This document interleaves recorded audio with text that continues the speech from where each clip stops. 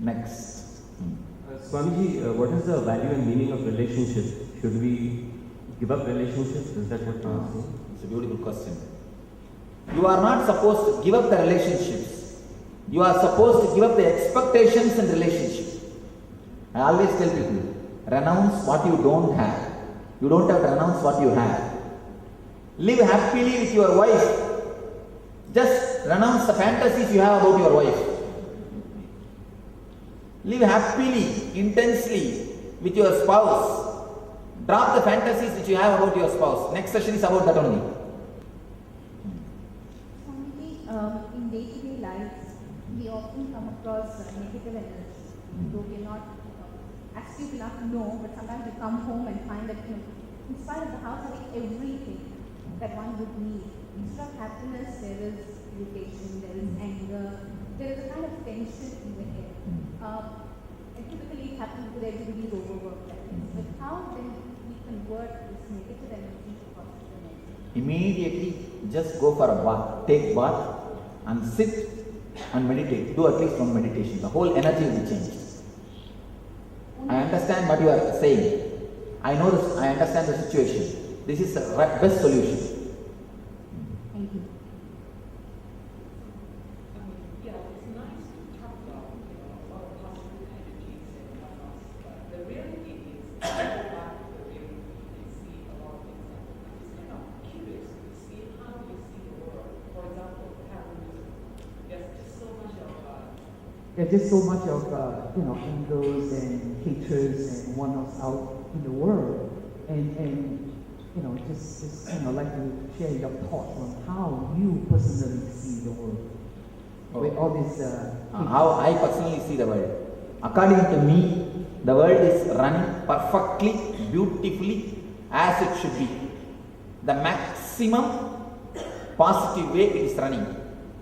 You can't develop anything more. God has done perfect job. We always think that the job is given to us, we will be doing much better job. But anyway, I am not able to think that I am doing much better job than God. So what is perfectly alright. If at all something has to be changed, it is us. Inside, nothing outside. When you are referring to God, who are you referring to? This fabric.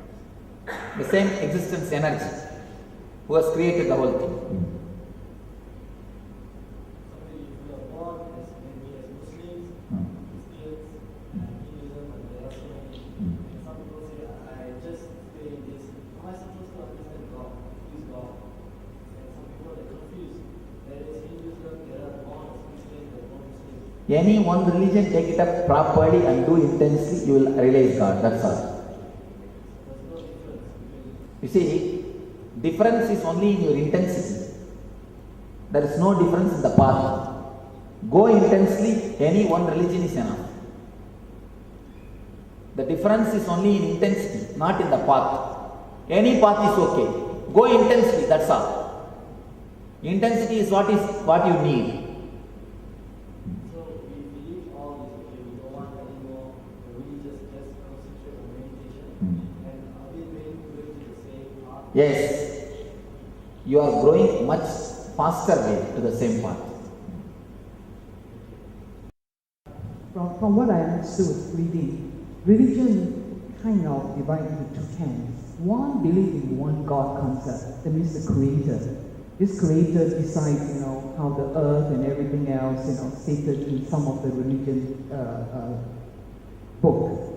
The others will be the God's concept. And so I have two questions. What do you think about this kind of two camps concept? And the second question, you referring to this energy that you were talking about. The God, as you explained earlier on, is energy. So does it belongs to which camp? Is it a creator or what? You are asking about this single God and many gods theory. Please understand, God is energy. The energy, you can't say energy is one or many. It is energy. Forms can be many. Forms can be many. The many forms also is a technique to make you experience that energy. Saying there is only one form also is a technique to make you realize that energy. If they say only one form, you will concentrate on that and realize that energy. If they say many forms, whatever form you like, you can concentrate and realize that energy. See, when you say there is only one form, there is a very big danger. If you don't like that form, you will stop going to religion. In Hinduism, at least 86% people go to temples. With many forms, you have a choice. You have your own choice. And the life becomes more juicy. Life becomes more juicy and you have choice. In the spiritual world, we had a choice. West, outer world enough choice, inner world no choice.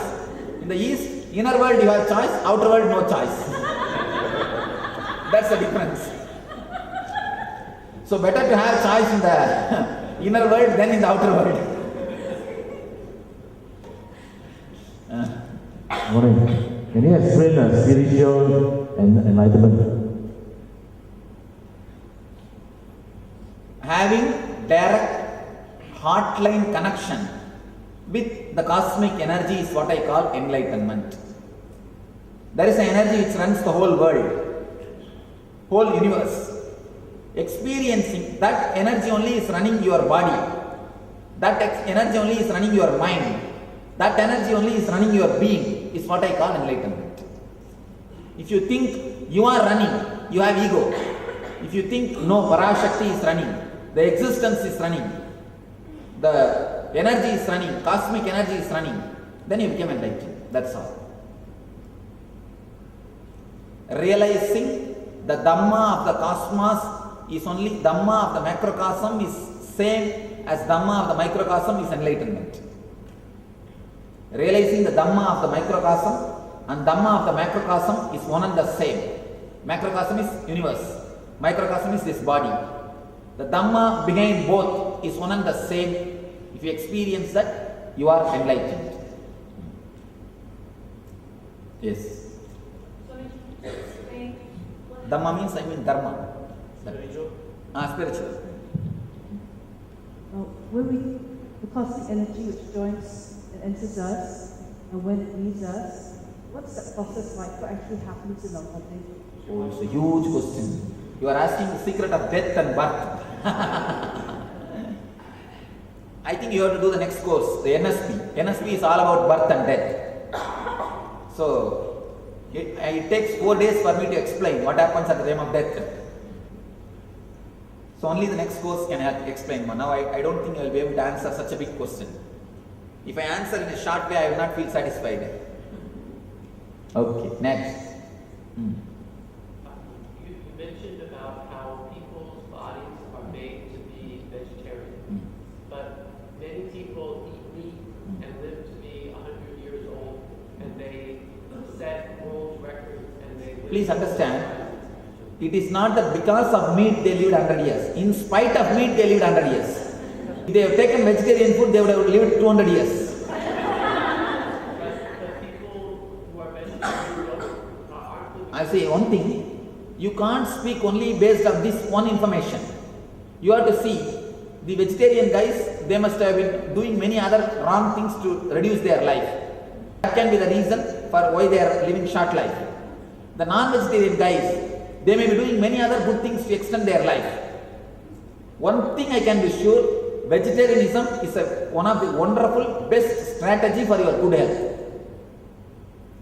That is not the only way, that's the one main way.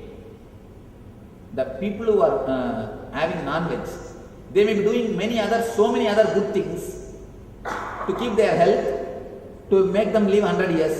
If they would have been vegetarian with all the other good habits, they would have lived 200 years. And if these vegetarian guys, they must have doing many other bad things, spoiling their health, worrying, unnecessarily bothering, all those things. If these guys would have been non-vegetarian, they would have died 10 years before. So vegetarianism is one of the best method for living long. That doesn't mean only by that you can do anything. No. It's one of the technique, one of the method. If you take the common statistics, there are so many statistics which proves really the vegetarians live a long time. There are always exceptions. See, non-vegetarian living long time is not a rule, it's an exemption. Vegetarian dying earlier is not a rule, it's an exemption. Exemption shows that there is something else called rule. The very exemption proves rule is different. So what you are speaking is exemption. That itself is a proof that rule is something else. That's all.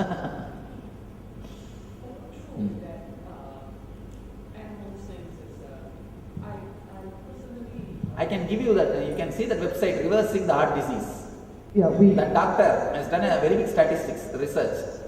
But I personally feel that in order to look at health alone, it's very difficult to be a vegetarian, very frankly speaking, because there are a lot of people not vegetarian, and yet they live a healthy life.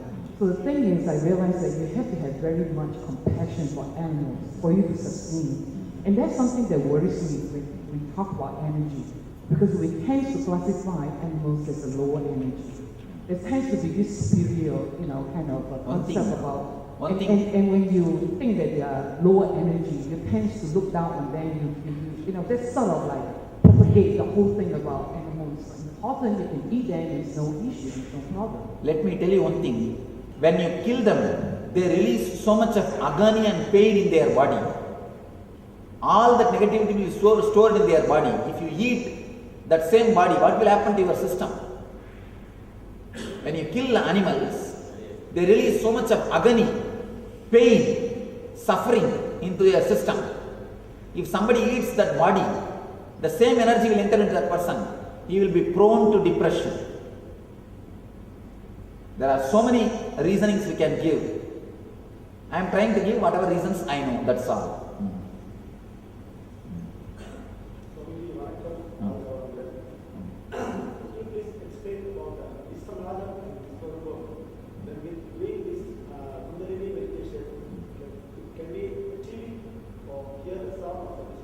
One thing, this Vishwanatha and Vishwarupa, all these things are too much of intellectual knowledge.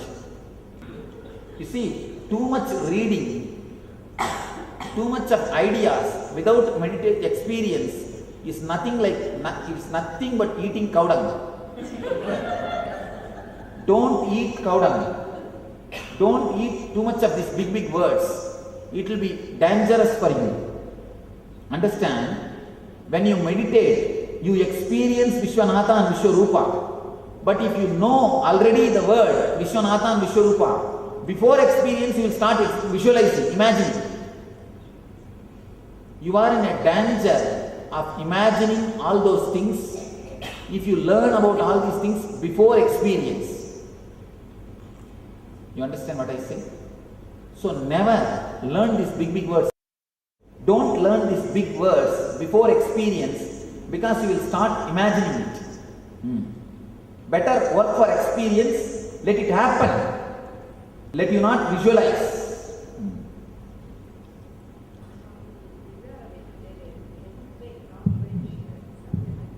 Me? No. Strict no. People ask me, Swamiji, once in a while can I take non-vegetarian? Then you are non-vegetarian, how can you call yourself as vegetarian? One guy came and told me, Swamiji, I am fasting except 3 times a day. I am fasting except 3 times a day. Only that 3 times I eat, otherwise I am fasting. So how can you say, I am fasting except twice a day? I am a non-vegetarian except once in a week. How can you say that? No. No animal products. She is asking whether you could take fish oil supplement. No. Including medicines which contains animal products should not be taken. According to me, I go to the extent of that vegetarianism. There are so many Ayurvedic products, Ayurvedic medicines which doesn't have animal products. Use that if you are really compassionate and if you are really. And one more thing, What are you going to do by living so long, eating all the animals in the planet Earth? Why should you live at all so long? Alright, in that case, if somebody suddenly discovers if you eat human meat, you will live for a long time, you will start eating. If you eat human meat, you will live for 300 years. If somebody discovers, what you will do? Then you will start eating human meat for the sake of 200 years, 300 years. No. Live as long as you can eat vegetarian things and live. When you can't, then live gracefully, that's all. What's wrong in it? We lived beautifully. Let's say goodbye gracefully. One thing, add quality to your life, not quantity. Don't work to add years to your life. Add life to your years. Adding years to your life is not an important thing. Adding life to your years is the important thing. Add life to your years. Naturally, you will not bother about leaving.